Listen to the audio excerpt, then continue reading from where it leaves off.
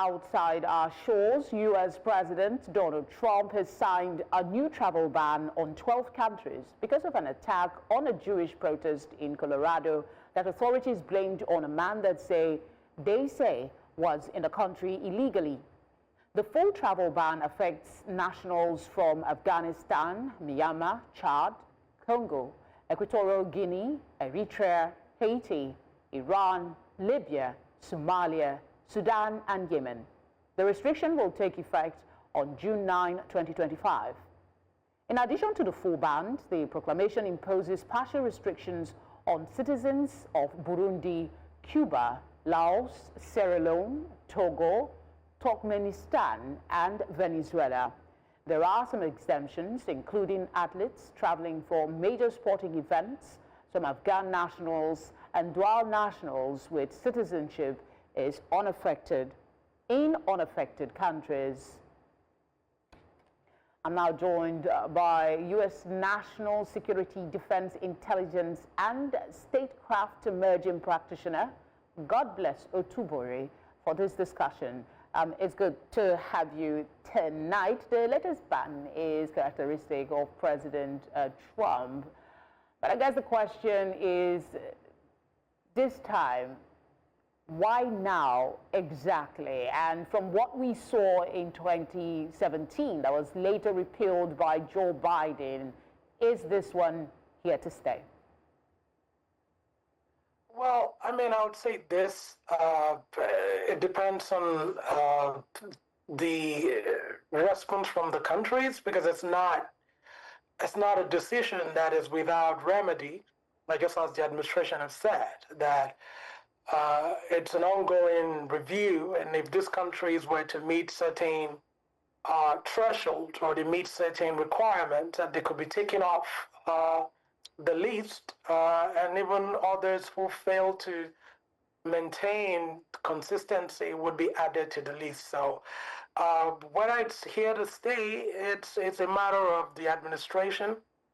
Of course, if you have Republicans will be winning again in 2028, that definitely means that it may become a staple. But again, this decision is not just a political decision, it's a national security decision. And it has heavy reasons for that to be done. I mean, there's been some reaction already. The African Union has come up to say that, yes, the U.S. has the right to make decisions for its people, but they are saying that they should also look at the long relationship. One other country, I think Venezuela, has also responded, thinking of ways that they can make things a little easier. But Chad, of the three countries that have responded, Chad is defiant, and what they are doing is stopping visas for U.S. nationals. What's your assessment of the response from Africa so far? And do you expect more defiance or more of a placatory approach? Well, I mean, look, the maxim is if you build it, they will come. If you make your country better, people want to come there for opportunities and all of that. So the U.S. has the upper hand at this time. But let me be very clear. Like I said from my initial statement, this is not just a political conversation. It's not just the president waking up one day and saying, I don't like people from these countries, I'm going to stop them from coming here now. I'd say it's a track record of, again, if you look at the White House's position, is that there's been visa overstays from most of these countries. And most of these countries from Africa, they have this reality, and that is the truth.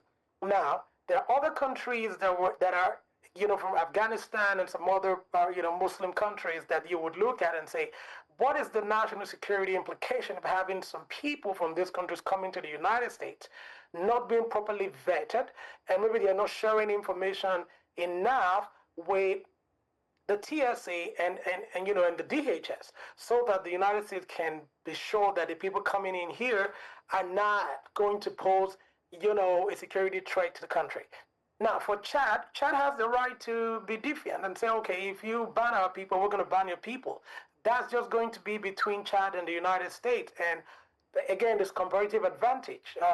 Do I want to go to Chad? I really don't know why people want to go there at some point.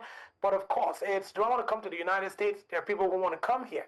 But there are people who want to go to Chad for business and all the stuff. So I wouldn't say, oh, we shouldn't expect defiance and all of that. For the African Union, this is the time to do diplomacy and engage and say, look, what are these countries doing that we can help to ameliorate and ensure that you take them off the list? Again, like I said, if you build it, they would come. People want to come to the United States, and if the government is saying for you to come here, when your citizens come and they overstay their visas, they come in with B1, B2 visas, and then they overstay, I can tell you for a fact, I'm not going to mention the name of the countries in Africa, there has been tremendous visa overstays right now since, post-COVID years, and it's been a huge drag on the U.S. economy. So again, the government is responding based off of the data that they have. All right. But of course, a lot of people will say it's not connected. Just one more before we go. In 40 seconds, if you can. The U.S. President has said that the list could be revised. If material improvements were made and additional countries could be added as threats emerge around the world, what do you think the yardstick would be for measuring these material improvements? Yeah, of course, there'll be measures. Again, it's about screening. It's about, so if you have more people from these countries not overstaying their visas and they're leaving, that goes back to DHS, and DHS says, okay, you know what, there's an improvement based on what we're saying in terms of travels and all of that.